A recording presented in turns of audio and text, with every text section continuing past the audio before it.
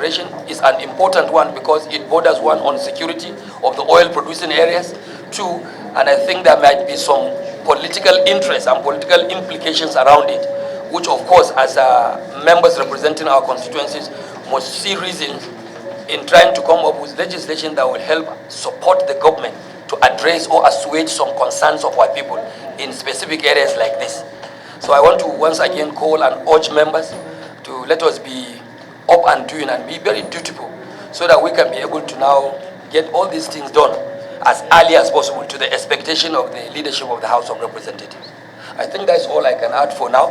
And I want to believe at this point that after considering all the items relating to the bills, it is therefore the wish of the committee that we have adopted these steps to take, and we have also taken this referral as a working document of this committee of the House of Representatives. Is that the wish of the members of the committee? Fine, then this is carried. So the next item for discussions or for consideration at this level is the one that falls under the purview of the Special Committee on Oil Theft. The Special Committee on Crude Oil Theft, for those who are likely joining late, because we have gotten a lot of new members based on referrals and based on directives of the leadership, is one committee that was actually created or established by the House leadership for us to see how we can be able to address some of those issues to do with oil bunkering, vandalization of national assets surrounding the oil and gas sector. And this will be like a kind of our own component or our own way of supporting government in addressing those crises in the larger spectrum of the oil and gas sector. I believe you may have one house, please.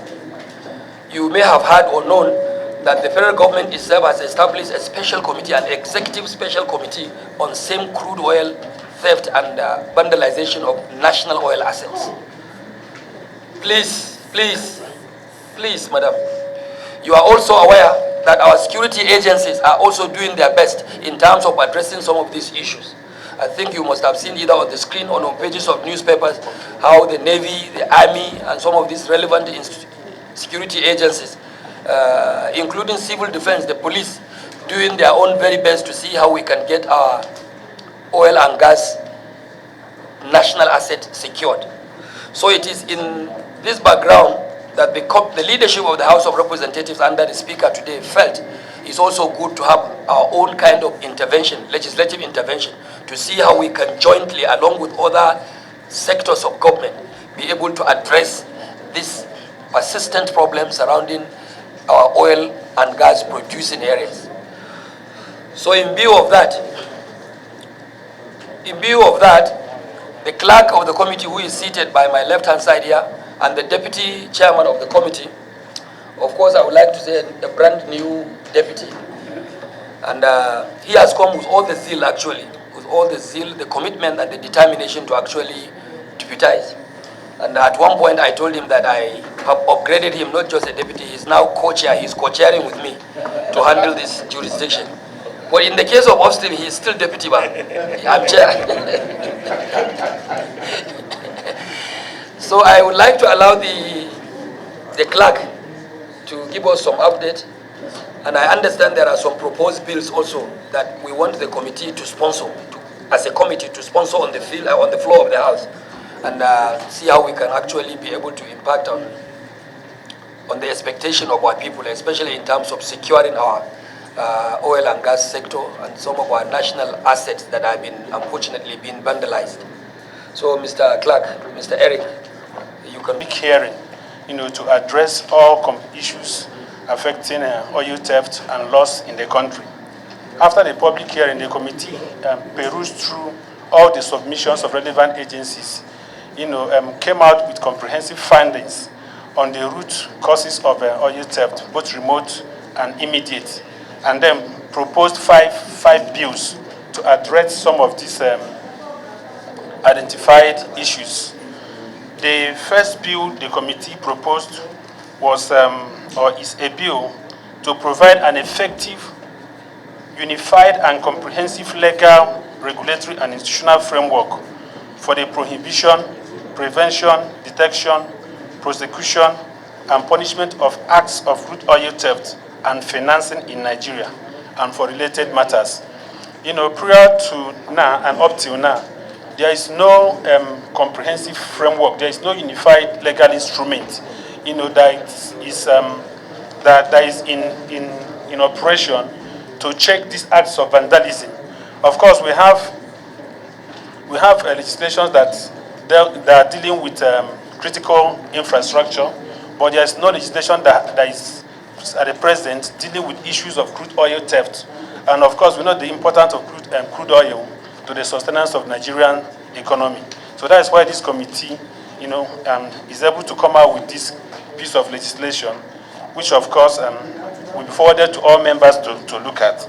Is a comprehensive piece of legislation, and it has extensive proposals and provisions to address all the issues of crude oil theft, not just the issues of stealing itself, but the issue of financing, the issue of prosecution, and the issue of coordination and intelligence. So it's a comprehensive piece of legislation.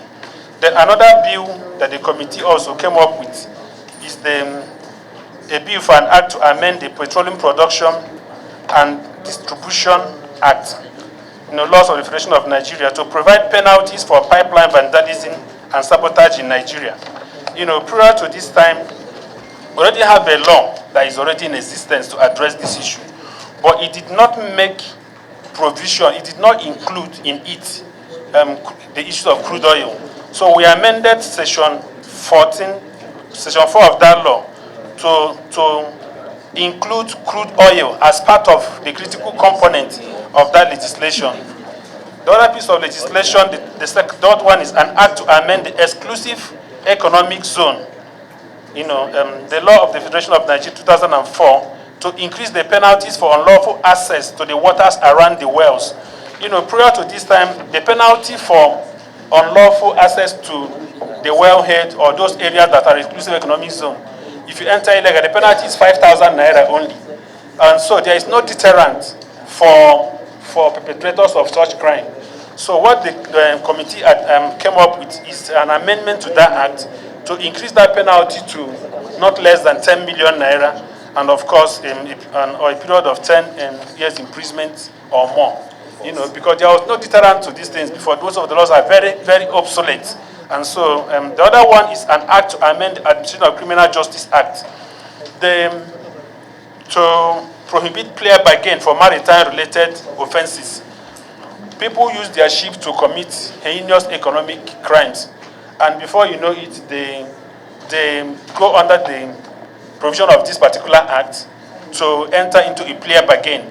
So this amendment is supposed to exclude such practice for oil-related or maritime-related offenses. If your ship is seized, or if you are caught in an act of oil theft, there is no provision for you to say we are going for plea bargain, because you see that most people's ship now, when they're seized, before you know the ships are released again, because they take advantage of this provision for plea bargain. And then finally, the Petroleum Industry Act Amendment Bill, the technical regulatory function of the Petroleum Industry Act Amendment, there was no clear provision that empowers the NUPRC to calibrate the volume of measuring equipment, used in the flow stations to determine volumes of crude oil produced and at oil export terminals to ensure that the quantity of oil exported is accurately known. There is no provision compelling the NUPRC to ensure that the oil that is produced is measured, that the oil that goes through the flow stations are measured, and the oil that is exported are measured. But this amendment will empower NUPRC to ensure that the calibration equipment are installed at both at the oil wellheads, the flow stations, and the export terminals, such that it becomes an issue of a criminal act for them not to do it. The country will be able to update it on a daily basis what we produce and of course what we export. And so these are some of the bills the committee have proposed, to be introduced to the floor of the House, to enhance the fight against crude oil theft. It ran for the period of the tenure of the House itself. it's like we are given another standing committee to hold. So it is in view of this that I would want to expect some extra steps, some extra commitment from members, so that the leadership will continue to enjoy that confidence in us. And we can only do that when we are able to actually address some of these issues surrounding the idea of, or the matter of oil bunkering, crude oil theft, and a lot of insecurity issues surrounding the oil and gas producing area. Those of you who are from oil producing constituencies, I'm sure you know what I'm talking about. Even when there are other relevant committees, the leadership feels it's important we have this one important committee to run across 4 years of our tenure, of the 10th Assembly tenure. So I think it only behoves of all of us to actually pay extra commitment and determination to see that we can actually deliver in the expectation of the leadership itself. The government itself, under the leadership of President Bola Ahmed Tinubu, of course, is worried and worrisome about the nature of the insecurity issues going around the oil and gas producing areas. Vandalization and sometimes even theft of very sensitive oil and gas assets, essential assets. I think these are things that we have to actually do our best in collaboration, of course, with the security agencies, the police, the Nigerian Army, the Air Force, the Navy. They all have a lot of jurisdiction surrounding this.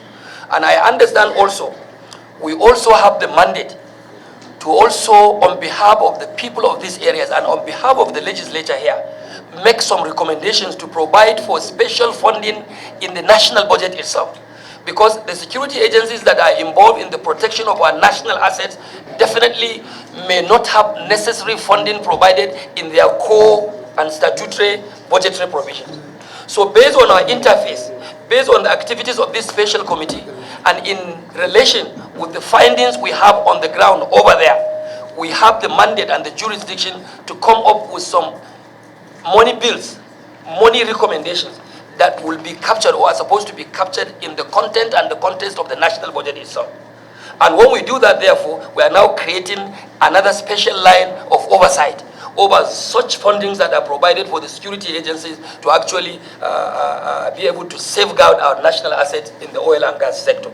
So I would want to expect that members, especially those of you, I'm not excluding any other member, but I believe those from the core oil producing areas may have a lot to speak to some of these presentations made by my clerk and some of the bills that he presented here.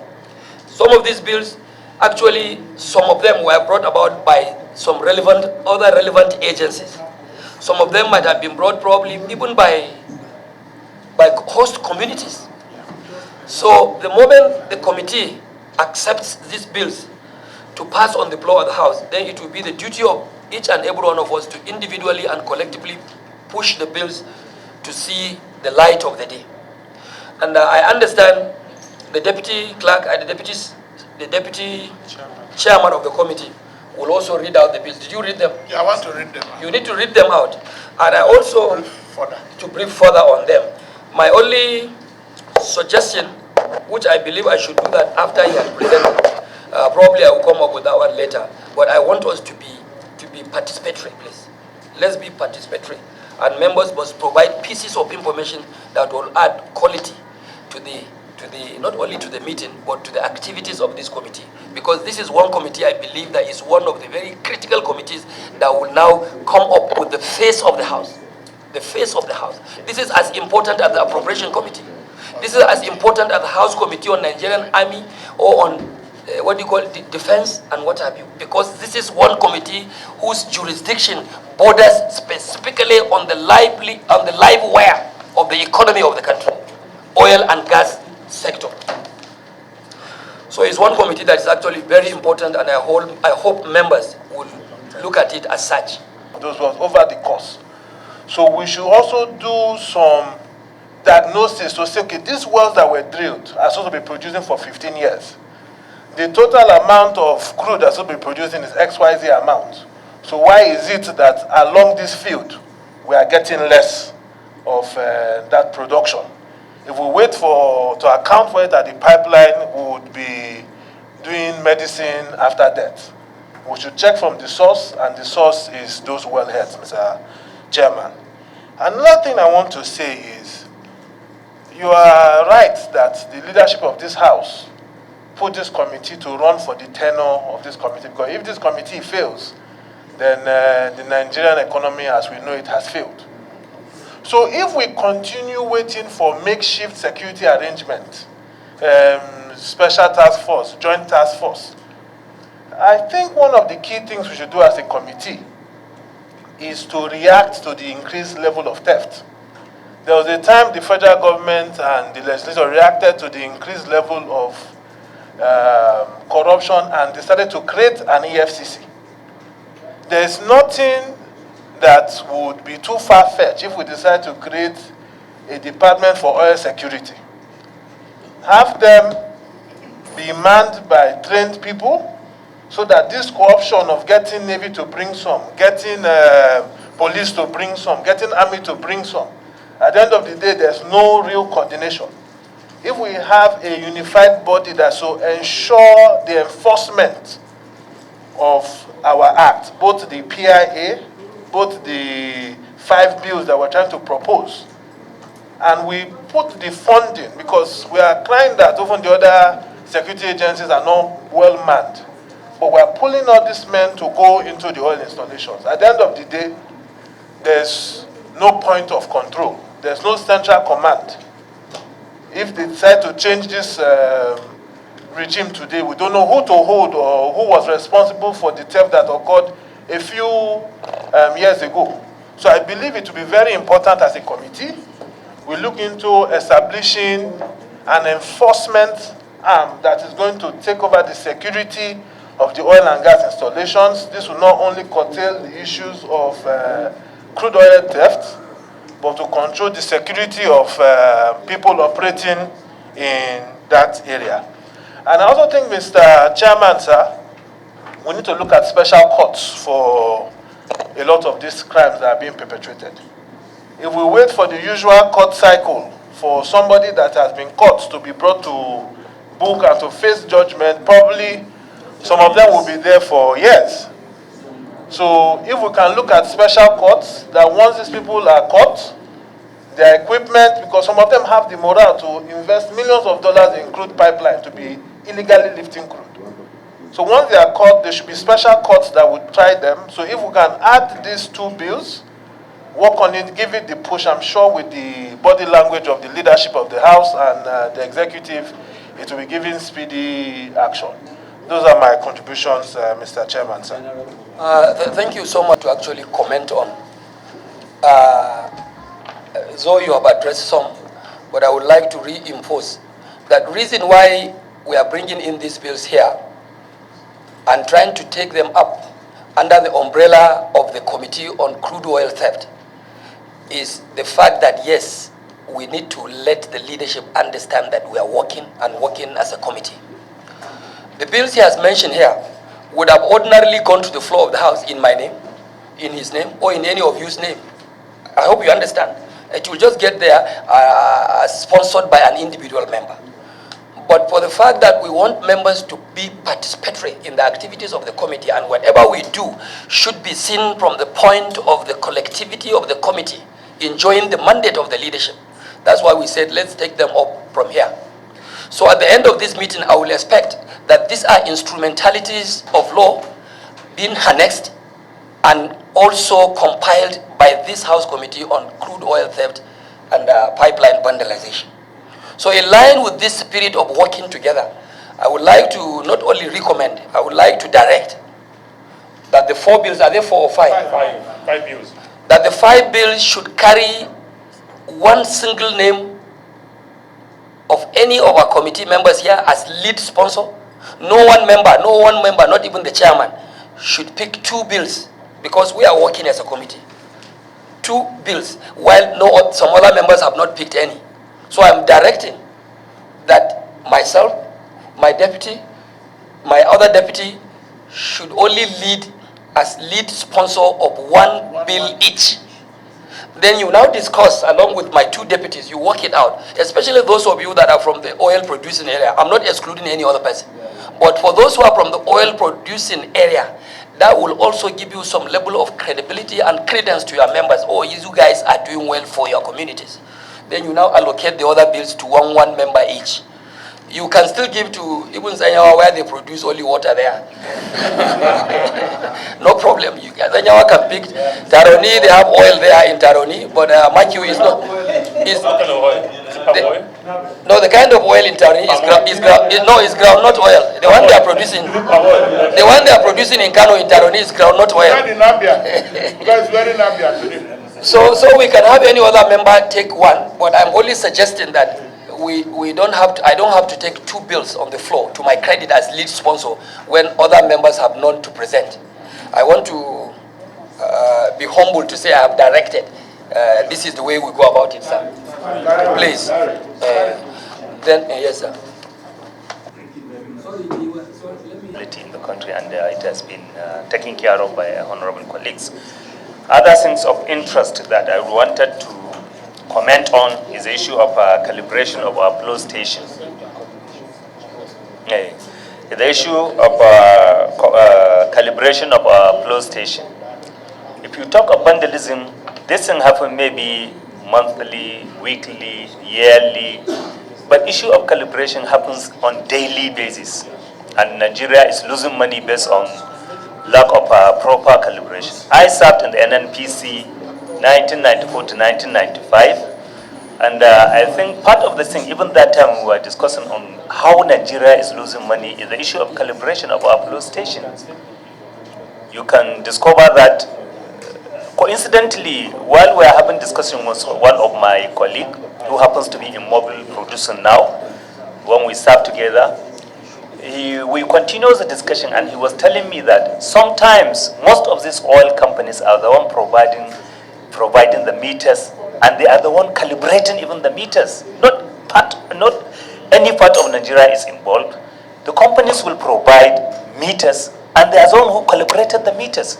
So we should have a secondary calibration also by the Nigerian oil companies.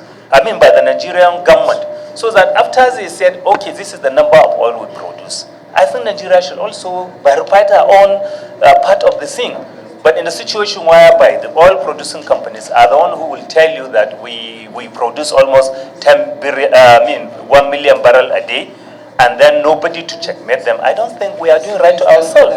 That's why the bill is. Yeah, so that's why I'm only trying to emphasize that this bill is very important. And why I said it's very important is because vandalism may happen in just one time or the other, but this is happening daily.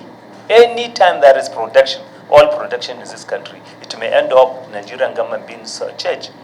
So I really appreciate this, and I hope that we'll take it up to ensure that real calibration is taken. I would like you to expedite action and supply us with the draft bill. If that one had been done, probably some of these questions might have not arisen in the first instance. Secondly, may I respectfully invite you to the Commission on Bill, Section 11, Subsection 3. The Commission on Bill, Section 11. So I had finished with my appeal. I'm not saying that it is because we have been supplied with the Commissioner bill. That is why I am making this position. Yes, the Commissioner bill that NC Doggy, Section 11, Subsection 3 says the President may make some, through executive order, some section. To me, as a finance person, this is trade-off, though it is allowed and finance balance, but it comes with consequences.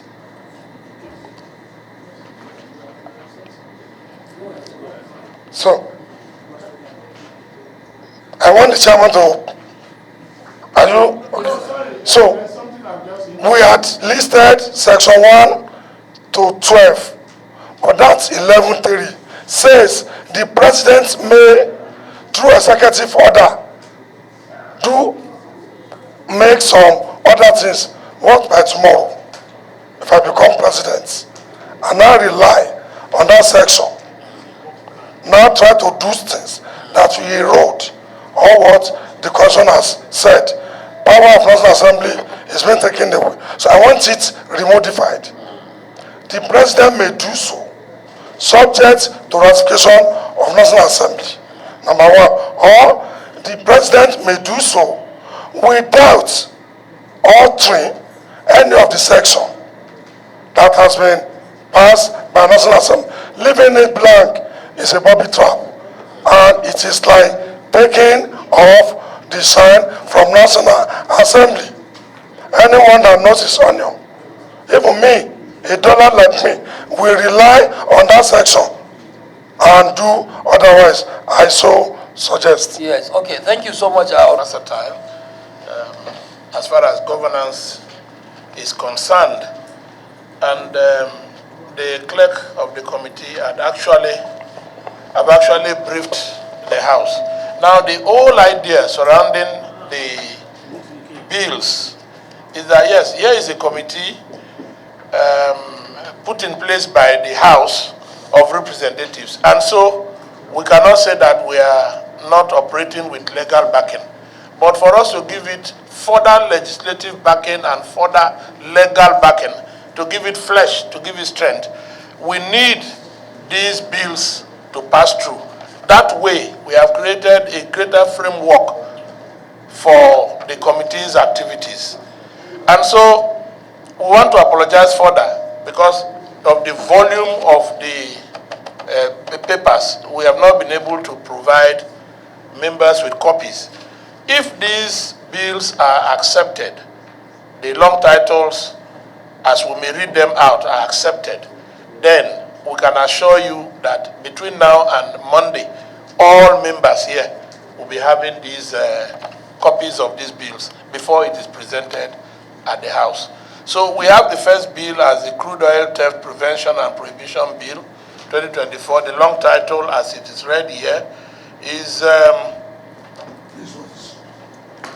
act to provide an effective, unified, and comprehensive legal, regulatory, institutional framework for the prohibition, prevention, detection, prosecution, and punishment of acts of crude oil theft and financing in Nigeria, and for related matters. The chairman of the committee is the lead sponsor. A number of members here are also co-sponsors. That is number one. That is the number two. The number two bill is a bill for an act to amend the Petroleum Production and Distribution Anti-Sabotage Act, Cap P12 Laws of the Federation of Nigeria 2004, to provide penalties for pipeline vandalization and sabotage in Nigeria, to prevent illegal tapping of wellheads and crude oil pipelines, siphoning at gathering stations, storage facilities, terminals, and during crude oil tanker loading and illegal ship-to-ship, that is STS, transfers facilitated by oil tanker crews for related matters. That is bill number two.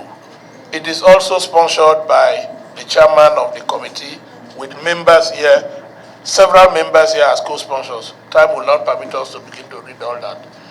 Now, the third bill is a bill for an act to amend the Petroleum Industry Act number 6 of 2021 to empower the Nigerian Upstream Regulatory Commission to calibrate the volume of measuring equipment used at flow stations to determine the volume of crude produced at oil export terminals to ensure that the quantity of oil exported is accurately known and for related matters.